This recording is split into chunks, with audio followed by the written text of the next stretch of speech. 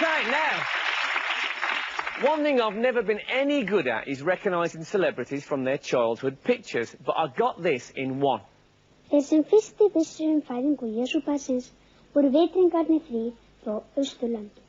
Kaspar, Melchior og Baltasar. You got it, ladies and gentlemen, Bjork!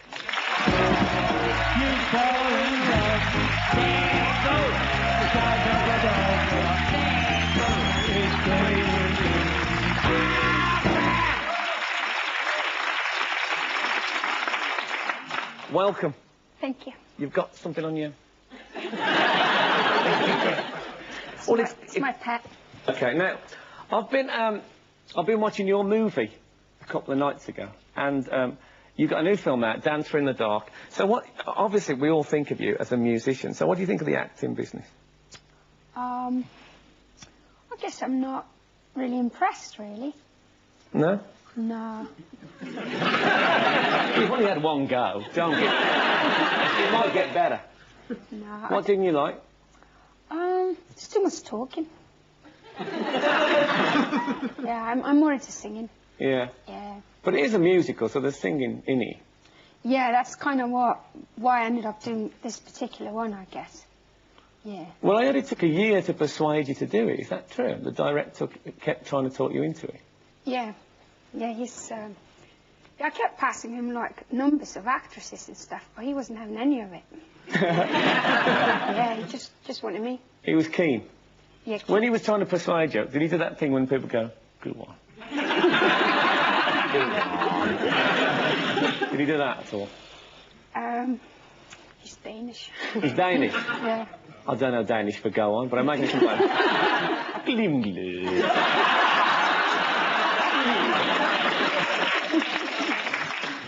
I watched the film, I watched it at the cinema, I actually got shushed for crying. I was crying in that kind of a... really, genuinely. I would say it's one of the saddest films I've ever seen, including Beaches and The Champ. Which is very sad. Now, when you're actually working on a film, does it make you kind of... do you get upset as well? Well, like I said before, I've never tried this before, so this was my first. But I guess because I'm not really an actress, I kind of felt like that for during the whole thing. Yeah. Apparently you're supposed to, after a whole day of shooting, when you're a good actress or an actor, you come home in the evening and then you take your character off. Mm. I've read about it in books. Yeah. You have a sleep, and then you wake up in the morning and you have breakfast, and then you put your character on. It's like being a welder or something. Yeah. Yeah. Yeah. There is a thing, there's a syndrome when people can't take it off. Yeah. And I forget what it's called now, but actors in soap operas, for example, are doing the same part for years, or in long-running series. They just become the character. I asked Richard Wilson about it from One Foot in the Grave, and he said he didn't believe it.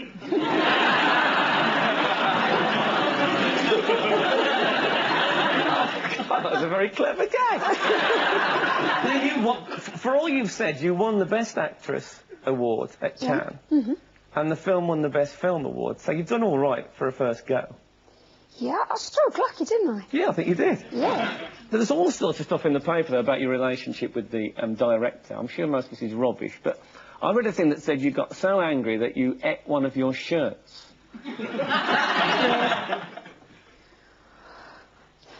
It sounds interesting, doesn't it? Yeah, but... yeah. Is it true? No. Oh. If I was going to make up a story about someone, I wouldn't have thought, I know what I'll do. I'll go for the old shirt-eating routine. Oh, where did that come from, then? Did you kind of just chew on a little bit and it got exaggerated? I'm not sure, to be honest. Yeah? Yeah. Strange. Yeah, they're really into fairy tales over there. You know, and storytelling. Yeah. They've got a big tradition of, you know, Housie Anderson, that sort of things. Little girl with the matches. It's not that far away from the little girl who ate her shirt. No, you can imagine that, couldn't you? Yeah. The little girl who ate her shirt. So I know people always ask you about Iceland, but it's a fascinating country. I've never been there. I'd really, really like to go. Now, one of the things is that I've told that they have, in the summer, you get 22 hours of daylight. Yeah. Now, how does that affect your life? Well, I guess because we're so isolated, so we've kind of stayed there for 1,000 years. Mm. And so we kind of got used to it. So if I go, I'll go in the summer, basically. That's the time to go. Well, I would either go in the middle of June or in the middle of December, because it's quite charming. It's like winter wonderland, you know, Yeah. with the snowflakes and the northern lights and the fireworks and the little houses and cozy and 5 scarves and many 5 sweaters. scarves? Yeah. I don't want to go on holiday, I've got to wear 5 scarves. I like just a pair of Speedos. Maybe a straw hat, that's it.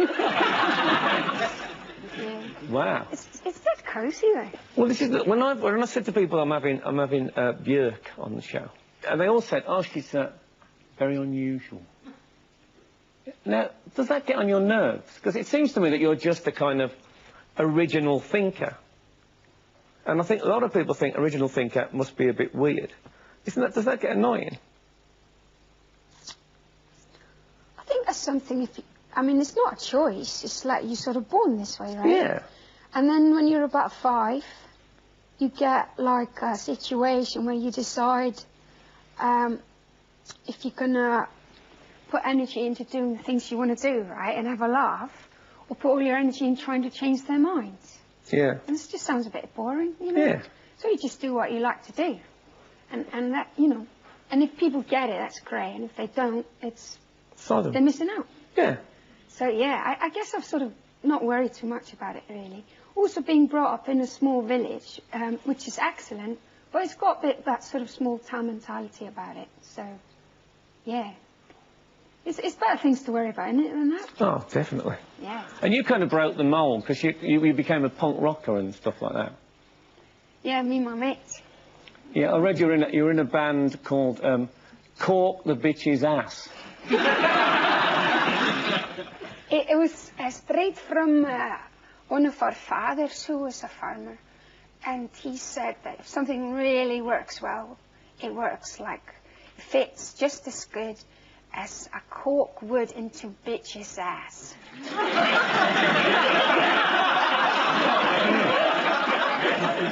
I wonder how he found that out. He's sort of guy that tried everything. Yeah. If someone gave you an island, the Prime Minister of Iceland gave you an island for yourself, and you turned it down, is that right? Well, the thing is, I moved home to Iceland 3 years ago, and I was gonna buy one, you know. I guess when most people hear the word island, they think like a tropical thing with coconuts and parrots, but I guess this one wasn't really. It's up in the Arctic. Right. It's more like a black rock, really. And I was going to buy it for my hard-earned money, and then the Prime Minister went, well, that he announced that for my hard work for Iceland, he wanted to give me it. And I'm not really good in I sort of want to pay for it myself.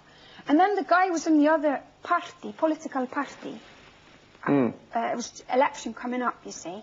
He decided to make a big thing out of it in the papers in Iceland, that the Prime Minister and the pop star were rubbing noses and being all cliquey and stuff. Made it all a bit sort of funny. So I kind of backed out. I'll just buy it later, you know. When you're 60 maybe, they've sort of forgotten me. Oh, you won't want to be on a big black rock when you're 60. It'd be lovely, wouldn't it? Oh, well, think of your knees, woman. You don't want all that climbing. That'd be a nightmare. I have an excellent sound system. Oh, what that? Good pair of headphones. You can't go wrong. And there was a lighthouse on the island, I understood. Because I heard you say once in an interview that you could imagine yourself living in a lighthouse on your own. Yeah. I've got this thing about lighthouses. I Yeah? find them very charming, yeah. Because they're very phallic. Well, You're pretty deep, aren't you? well, I tried to. I'm known for that in England. Skinner, he's very deep. Yeah, so, I mean, because there must be a bit rubbish in Iceland in the summer. because you don't really need a lighthouse, do you? It's a pretty bad sailor if in the 2 hours of darkness you manage to hit some rocks. But yeah, you fancy it, because you could get one, couldn't you? You could buy a lighthouse. Yeah, maybe when I'm about 60, I can do things. Oh, when you're putting everything off, woman, so when you're 60. It's good to look forward to that, isn't it? Yeah, but wouldn't it be frustrating to be living on a black rock island in a lighthouse, and then your bus pass comes through? You wouldn't be able to use it. On ask you this now, and you're entitled to turn this down if it's not true. Did you once throw your cat out of the window to see if it could fly? Well, not from a window. But I wanted to help him. Yeah, to fly? Yeah. He must think himself lucky you weren't living in a lighthouse. So, did it? I don't suppose it did fly. No, but it kept following the birds. Yeah. Wanting to join them, I thought. But they're kind of like chasing birds on the ground that they cat. You thought, well, if you like birds so much, go on, son. And off it went. But it survived. Yeah. But then it ate a piece of string, I remember, and I remember it coming out the other end. Yeah. And then 5 hippies trying to pull it through.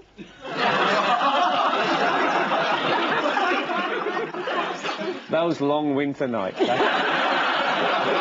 Did it become some elaborate tug of war with 5 hippies on one end and the cat on the other braced? That's how I remember it. Yeah? Yeah. Jimi Hendrix playing really loud in the background. My childhood. You mean that was on a record? He wasn't there? No. I think he'd have put a stop to it. He wouldn't tolerate that kind of behaviour. Do you think when you pulled it out, it might have spoke as it went back? Don't let her throw me out the window. Did they get it out in the end? Did they get the string out? Yeah, I remember, and they wound it back up on the thing. Yeah. I think, yeah, somebody knitted something out there as well. Hmm. It's a funny old world, isn't it? It's great to meet you. Good to meet you. And thanks for humouring me. Oh, thank you. Ladies and gentlemen, Bjork.